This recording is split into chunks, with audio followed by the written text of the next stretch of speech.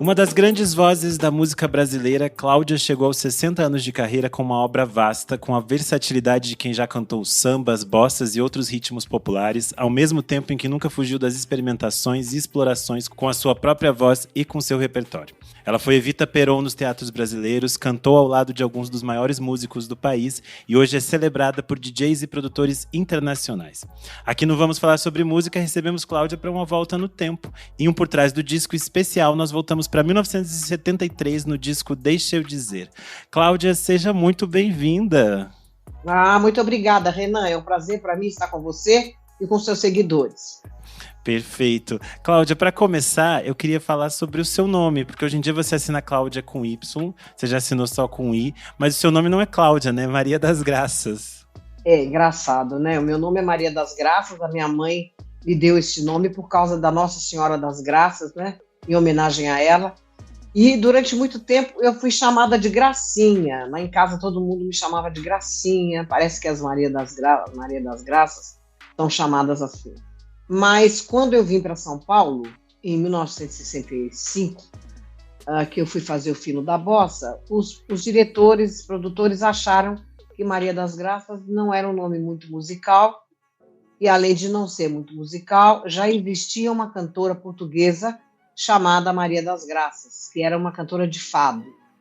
Então, eles temiam que eu fosse, que o pessoal confundisse, né, uma com a outra. Então, aí nós resolvemos mudar o nome.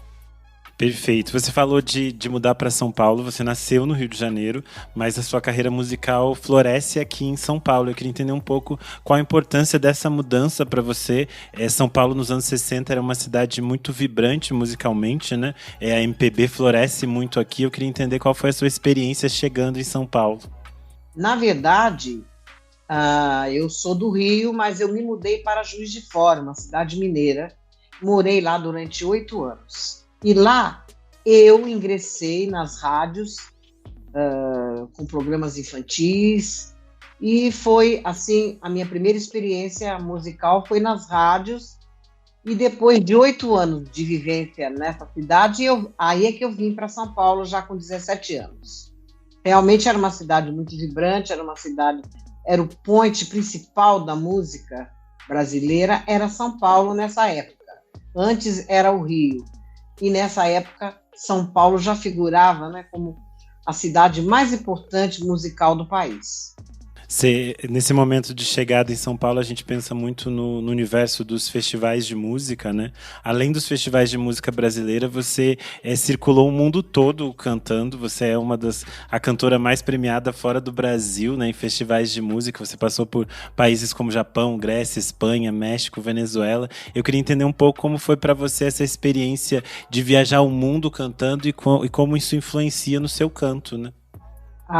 Para mim foi maravilhoso, e eu nem contava muito com essa coisa de cantar no exterior.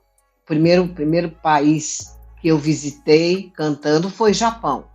Eu tinha só 17 anos, então nessa época a música brasileira já brilhava no Japão, o pessoal já gostava muito, com artistas brasileiros que estavam residindo fora do país. Eu acho que eu fui a única cantora brasileira que foi diretamente do Brasil para o Japão. E eu passei lá quase um ano, e para mim foi maravilhoso. Eu cantei em outros países também, como Itália, França, Portugal, Espanha. Esses foi cantando não em festivais, cantando como convidada. E fiz também alguns festivais fora do país, os quais eu ganhei, que foi Grécia, México e Venezuela. Foram 3 países os quais eu venci com a música brasileira. Tirei o prêmio de melhor intérprete, e algumas das músicas ganharam todos os prêmios, como Minha Voz Virá do Sol da América, do Marcos e do Paulo Sérgio Vale. Essa ganhou todos os prêmios. E Canção de Amor e Paz, de Eduardo Lages e Alésio Barros. Boa. Você falou do Japão, você chegou a cantar em japonês, né? Você lançou um disco em japonês. Como foi essa experiência? Que deve ser uma coisa complicada, né? Porque o canto também tem muito a ver com a nossa língua. É verdade, é verdade. Eu desconhecia, né, muito o idioma, mas eles fizeram o seguinte, eles escreviam para mim a pronúncia e eu cantava com a pronúncia escrita, né? A pronúncia em português, porque o idioma deles é todo baseado em símbolos e realmente é um idioma muito difícil. E eu não aprendi, tanto que eu não cheguei a aprender japonês. Eu só ouvia e eu tinha uma intérprete para as entrevistas que eu fazia lá, porque realmente eu não entendia, e o inglês meu não era muito bom e o deles também não. Então a gente não se entendia em inglês. Mas para mim foi uma experiência maravilhosa ir para o Japão, logo o primeiro país que eu visitei. Fui recebida maravilhosamente bem pelo público e os teatros sempre lotados, sempre cheios. Eu gravei esse LP lá no Japão com músicos japoneses. Eu levei os arranjos aqui do Brasil, né, escritos por um grande amigo e grande músico que foi o Valdir de Barros, que infelizmente nos deixou há pouco tempo. E foi assim uma experiência das melhores que eu tive lá no Japão. Perfeito. Mas voltando para o Brasil, no início dos anos 70 é um momento muito simbólico na sua carreira, né? Você lança o disco que ficaria conhecido ali como Jesus Cristo, em 1971. É um disco que te coloca num espaço como cantora popular muito grandioso perante o público. Eu queria que você falasse um pouco sobre esse momento do início dos anos 70, como foi esse impacto desse disco especificamente, mas você também lança o Você, Cláudia, Você, nessa mesma época? Olha, para mim foi espetacular ir para a Odeon. Eu estava até então na RGE, que era uma gravadora, não era uma gravadora muito grande, mas era uma gravadora muito boa, e vários ícones brasileiros gravaram lá, e eu fiz só um disco, em 5 anos de contrato. Então, o meu empresário na época achou por bem mudarmos de gravadora, porque a minha carreira parou ali no disco. Então, ele resolveu procurar uma outra gravadora que pudesse dar seguimento. E nós procuramos a Odeon, e eu assinei com a Odeon e fiz o primeiro disco, que foi o Jesus Cristo. E eu gravei do Roberto e do Erasmo, uma música esplendorosa, uma música fascinante, e quando eu ouvi, eu fiquei tão fascinada por ela que me deu realmente vontade de gravá-la. E como eu estava indo para a Odeon, eu decidi fazer essa proposta para eles de gravar essa música. Mas quando eu cheguei lá, eles também tiveram a mesma ideia e me expuseram, inclusive, a ideia de gravar o Jesus Cristo, sendo que eu já tinha tido também a mesma ideia. E aí eu gravei. E foi maravilhoso, foi um grande sucesso. A música tocava em todas as rádios do Brasil e foi fascinante essa experiência minha. Nesse disco você também canta com Mais de 30, né? Que é uma faixa do Marcos e do Paulo Vale, e é uma dupla que é importante na sua carreira. Queria que você falasse um pouco sobre essa canção também, que eu acho que ela é bem emblemática, né? Olha, muito importante. Eu já era fã do Marcos e do Paulo Sérgio, né? Porque eu acho que um completa o outro, né? Um é pura música e puro jazz, e o outro é letra, né? Letra que se casa perfeitamente, né, com a música. E gostava já deles, e eu acho que por coincidência o Marcos já era da Odeon, já era contratado pela gravadora. E o produtor, Renato Corrêa, que era um Golden Boy, e foi ele que produziu os meus discos, ele achou por bem me apresentar ao Marcos, porque ele acreditava muito nessa parceria. E foi aí que eu o conheci e gravei com Mais de 30, que é uma criação minha. A música não foi lançada com ninguém, né? E realmente foi uma criação minha e foi um grande sucesso também nessa época. Perfeito. Você falou do Renato, né? O o produtor, ele também é o produtor aqui de Deixa Eu Dizer, o disco de 1973, que você também lança pela Odeon. Eu queria entender um pouco como funcionava essa logística de lançamento de discos para você nos anos 70, porque a gente vê, às vezes, tem muitas cantoras que elas lançam um disco por ano, no seu caso a gente vê alguns espaços nesse momento. Como funcionava para você chegar até o momento de conversar com a gravadora e dizer, ok, vamos fazer um disco agora, esse é o momento de lançá-lo? A gravadora procurava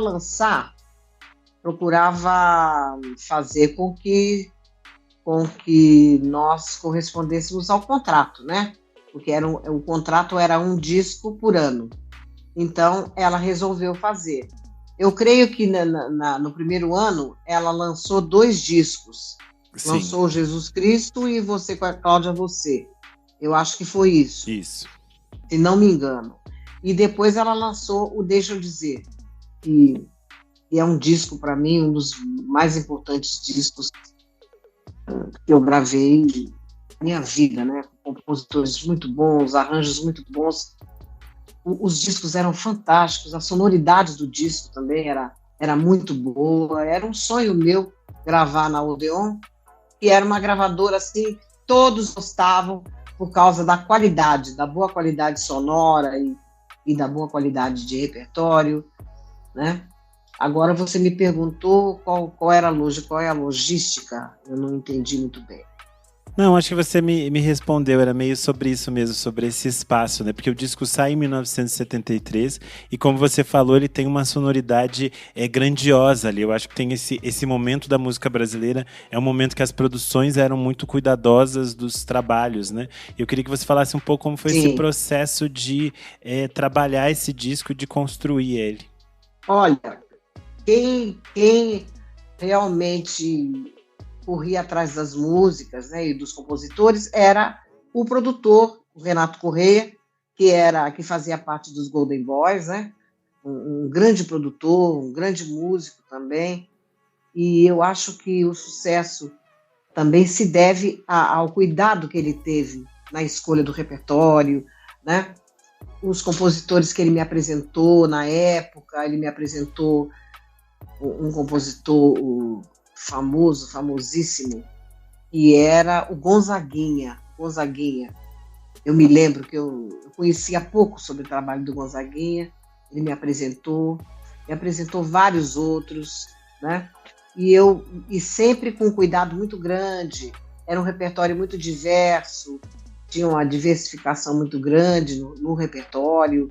Eu gravava samba rock, gravava canções, né? Canções assim inteiras, né? E que mais que eu gravava? Gravava até coisas de protesto, também músicas de protesto. Então eu gravava de tudo nesses LPs. E eu acho que isso também ajudou bastante. Perfeito. Você falou um pouco do repertório, eu acho que a gente pode entrar nas faixas do disco, né? O disco abre com Noite de Verão, que é escrita por você e o Raul Teles. Quando a gente fala nos anos 70, a gente não pensa tanto em cantoras compositoras. Eu queria entender para você como era esse processo, como tinha essa abertura de você compor, de você trocar com esses compositores. Olha, na verdade, essa abertura eu tive na Odeon. Eu já vinha compondo alguns anos atrás com parceiros, com o Raul Teles, com o meu irmão, Luiz Carlos, mas essa abertura mesmo eu tive na Odeon, de poder gravar o Noite de Verão, composição minha com o Raul Teles, né? E eu acho que uma ou 2 composições que eu gravei nesse disco, e são minhas. Isso, são 3 composições que você São 3 composições, Então, para mim foi ótimo, porque eu me lancei e me divulguei também como compositora. Até então, só cantora. Mas aí me divulguei também como compositora, que para mim foi uma abertura, assim, um canal aberto muito, muito importante.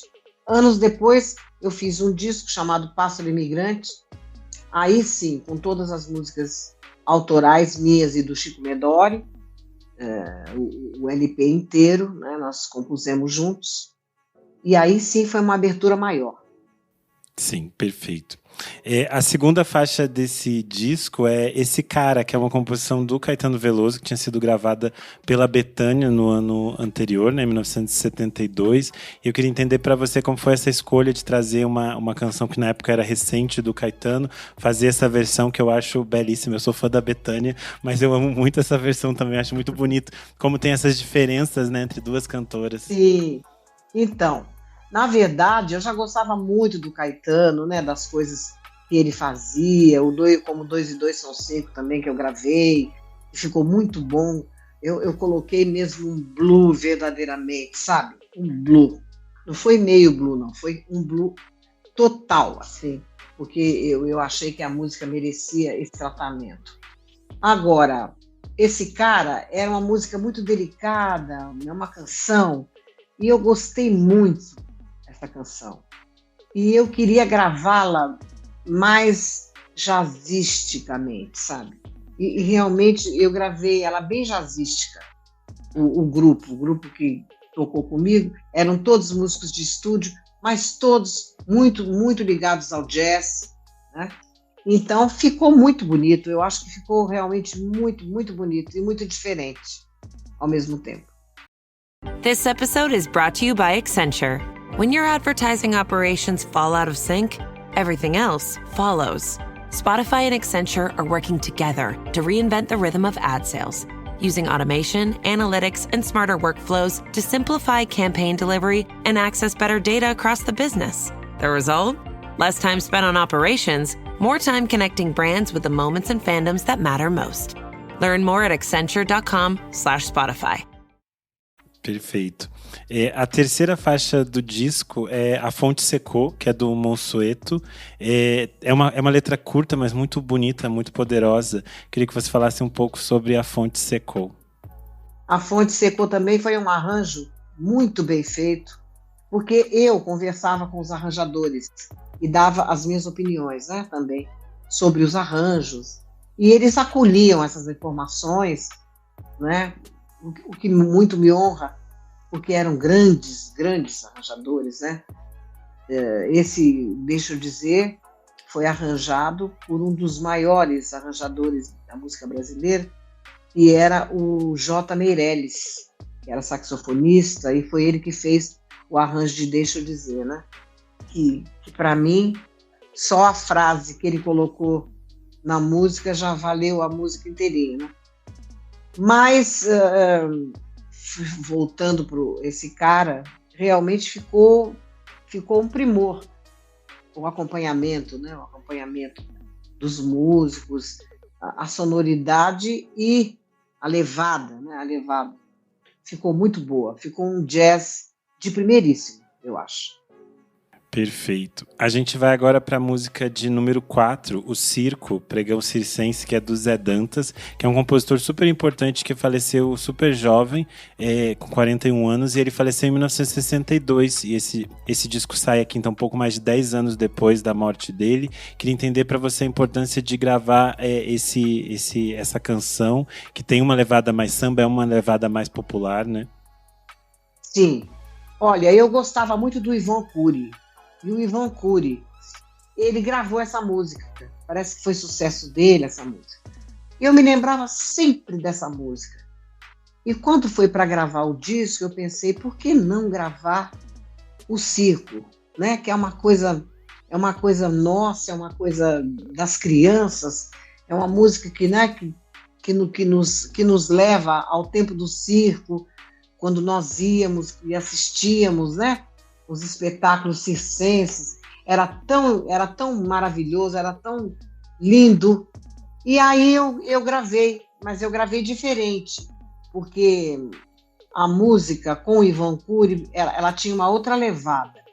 Aí eu resolvi fazer metade a levada que era do Ivan Cury e depois em samba, quando entrava...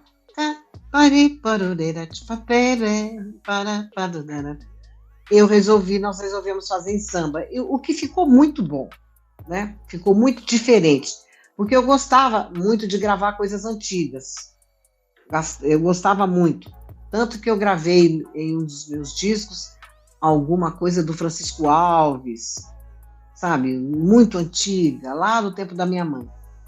E nesse disco eu fiz questão de gravar o Circo. Perfeito. Na sequência a gente tem Você Não Sabe Amar, que é uma composição do Dorival Caymmi, Carlos Gimli e Hugo Lima. Acho que é uma dessas joias do repertório aqui desse disco, né? Queria que você falasse um pouco sobre Você Não Sabe Amar. Olha, eu sempre gostei muito, admirei muito o Dorival Caymmi. E quando eu vim para São Paulo, eu tive a oportunidade de conhecê-lo, né, pessoalmente.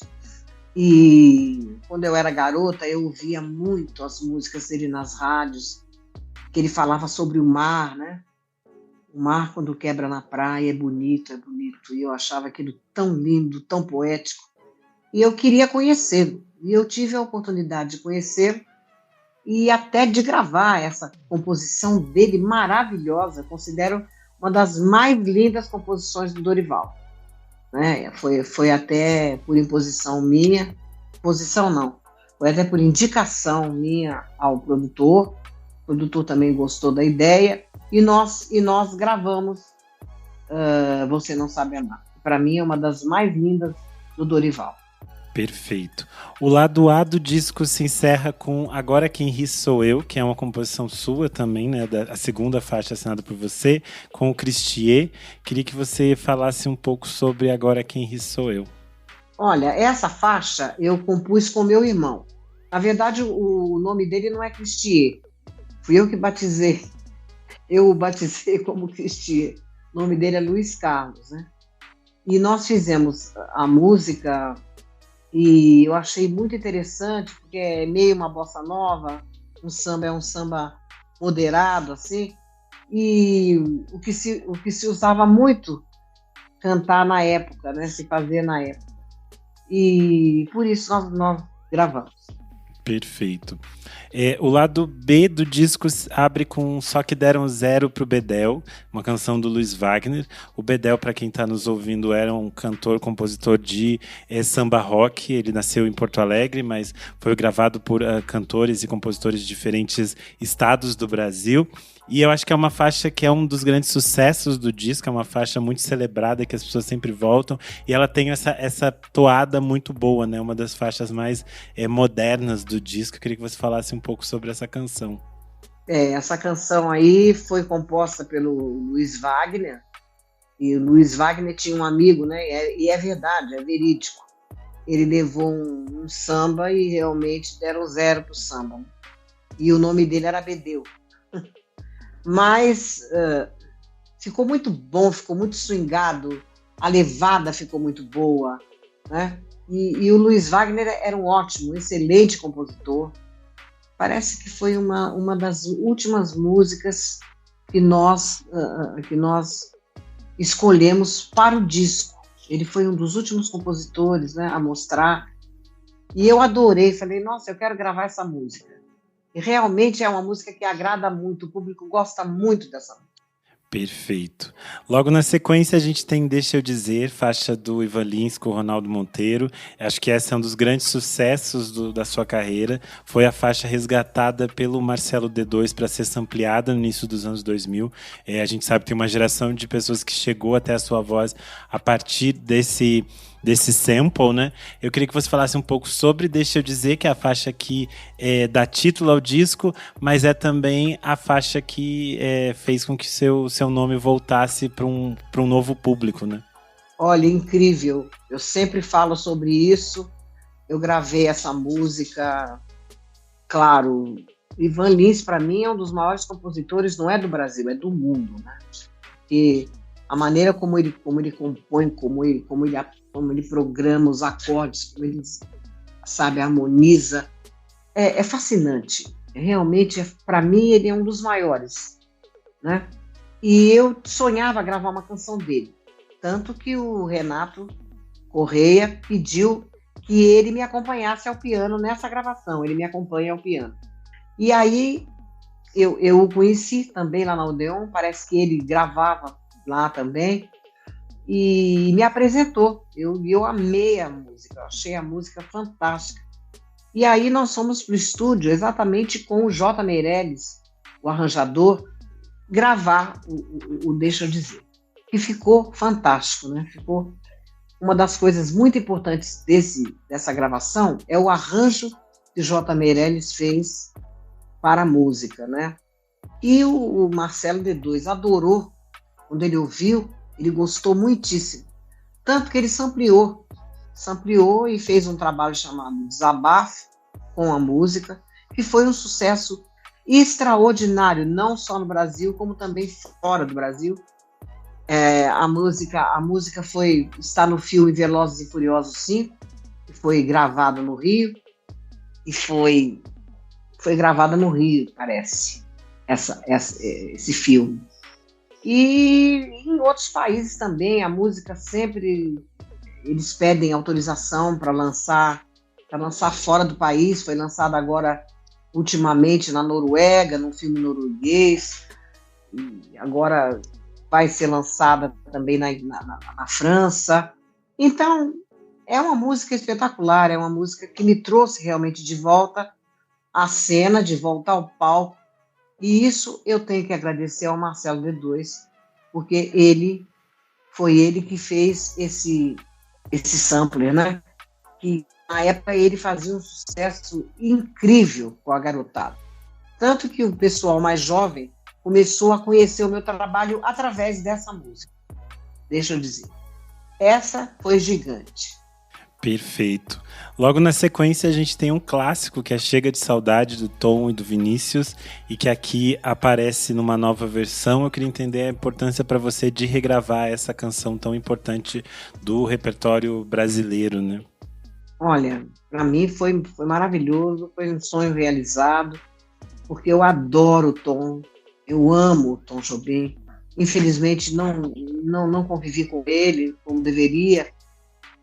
Estive com ele uma vez só e bati um papo muito rápido com ele, mas para mim foi, inclusive, uma opinião minha que eu deveria gravar o Chega de Saudade. Fui eu que dei a ideia de colocá-la no disco. Falei com o Renato, porque nós combinávamos tudo de comum acordo, e ele gostou da ideia e nós gravamos. E para mim foi muito importante gravar essa música. Perfeito. Logo na sequência a gente tem Apartamento na Cidade, que é mais uma parceria sua com o Raul Teles. Acho que fala muito desse universo temático aqui, de memória, de afetividade. É uma música muito bonita. Queria que você falasse um pouco sobre Apartamento na Cidade. Apartamento na Cidade nós compusemos num apartamento mesmo, que eu comprei na cidade. Relembrando, né, os momentos que eu tive. É uma coisa bem emotiva mesmo. E quando eu canto, eu me lembro de tudo que eu passei, dos lugares que eu vivi, né, dos amores que eu tive, de tudo que aconteceu na minha vida. É uma música bastante importante nessa questão afetividade, né, como você falou, emoção e tal, família. Então, é uma música bastante importante para mim. É bonito porque é uma faixa que é, como você falou, é muito pessoal para você, mas a gente quando escuta, que qualquer pessoa que sai do interior e vem para uma cidade grande também sente essas mesmas emoções, assim, é muito bonito como a música... Com certeza, porque não foi só realmente pensando em mim. Eu pensei também nas pessoas que já viveram isso, né? Que já viveram esse propósito de sair de uma cidade, ir para outra e depois relembrar, né, os momentos. Perfeito. A gente chega agora em Bela, faixa de Raul Esteves e Raul Teles, que já está aqui chegando perto do final do disco. Queria que você falasse um pouco sobre essa canção. Bela é do pai do Raul Teles. É engraçado que eu me dei muito com a família deles, eu era muito amiga deles todos. E um dia lá, conversando com eles, o pai dele me mostrou essa música. E eu achei linda. Eu falei, meu Deus, essa música é muito bonita. Ela lembra aquelas músicas meio de seresta e tal. Nossa, que coisa maravilhosa. Eu quero gravar. Porque eu estava para gravar o próximo disco, que seria o Deixa Eu Dizer. O senhor me concede... né, me dá autorização, ele falou, nossa, na hora, na hora eu te dou autorização, claro, com todo prazer. Aí ele me autorizou a gravar, e eu gravei, e ficou muito bonita. Ficou realmente uma canção, né? Como se eu estivesse cantando uma cantata, né? Porque no início eu fiz uma cantata de bar, né? Que a música não tinha esse arranjo, fui eu que fiz esse arranjo, essa cantata no início, e ficou realmente muito interessante e eu gostei muito. Perfeito. E o disco se encerra com Pois é, Seu Zé, que é do Gonzaguinha, que você tinha citado anteriormente, né? Foi um compositor que você conheceu nesse disco. Queria que você falasse um pouco dessa parceria e desse encerramento do álbum. Olha, o Gonzaguinha era um grande autor, né? Era um grande... Meu Deus, ele era fantástico. Eu até acho que ele não é tão citado como ele deveria, como ele merece, né? E para mim foi muito importante gravar o Gonzaguinha. Infelizmente também eu convivi pouco com ele, né? E só realmente essa vez aí que ele me mostrou as músicas que ele gostaria que eu gravasse. Mas eu fiquei muito feliz em poder gravar esse grande autor brasileiro. Perfeito. A gente passou aqui por um disco que tem mais de 50 anos, né, de história e de estrada. Esse ano você está voltando aos palcos, passeando o Brasil, você vai estar em diferentes festivais, você já está fazendo shows em diferentes cidades. Eu queria entender para você qual a importância de seguir no palco, seguir cantando essas canções que emocionaram e emocionam tanta gente. Olha, para mim é um sonho realizado. Porque quando eu comecei a cantar, eu não queria ser uma cantora populista, sabe? Queria ser uma cantora que pudesse dizer as coisas de acordo com como eu disse, né? E que pudesse dizer de forma veemente, de forma musical diferente, com bons arranjos, com boas harmonias, com boas letras, né? Que eu me unisse a bons compositores, conforme eu me uni com tanta gente boa, porque o disco, esse sucesso não é só meu, esse sucesso é dos compositores, é dos arranjadores, é dos músicos que estão comigo nessa empreitada, que estão comigo nessa jornada. Eu me emociono, porque não é um trabalho só meu, é um trabalho de todos que estiveram envolvidos nele, tá? E chegar à nova geração agora com tanta força, com tanta beleza, para mim é algo que eu sempre quis, que eu sempre sonhei. Eu acho que o sonho foi realizado. Eu também fico emocionado de estar conversando com você, porque eu acho que é muito bonito ver alguém que construiu uma carreira com tanta sinceridade, com tanta verdade naquilo que faz, e poder trocar e poder ouvir você contando sobre o seu trabalho, sobre a sua criação aqui junto com a gente é algo muito emocionante e que muito me orgulha. Então, Cláudia, eu só tenho a agradecer pela sua disponibilidade, pelo seu tempo, pelo seu carinho. Queria deixar esse espaço para que você convide o público a ouvir seus discos, a conferir os seus shows. Esse espaço é seu. Olha, Renan, muito obrigada a você, viu?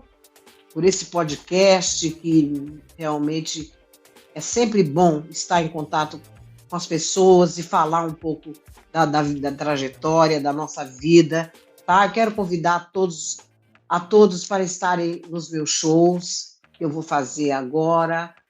Farei aqui em São Paulo alguns, farei pelo Brasil, e gostaria de convidá-los a todos, viu, para estarem comigo nessa festa de 60 anos da minha carreira, nessa história, né, que eu consegui, depois de muita batalha, depois de muita luta, de muita batalha, eu consegui chegar, porque eu sou muito teimosa.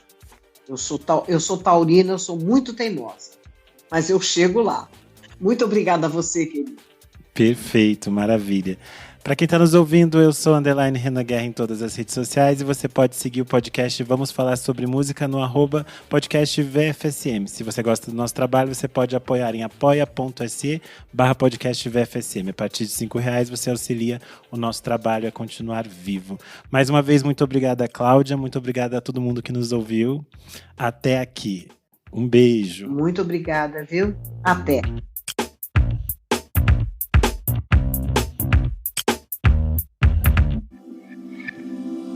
Esse podcast foi editado por Nick Silva.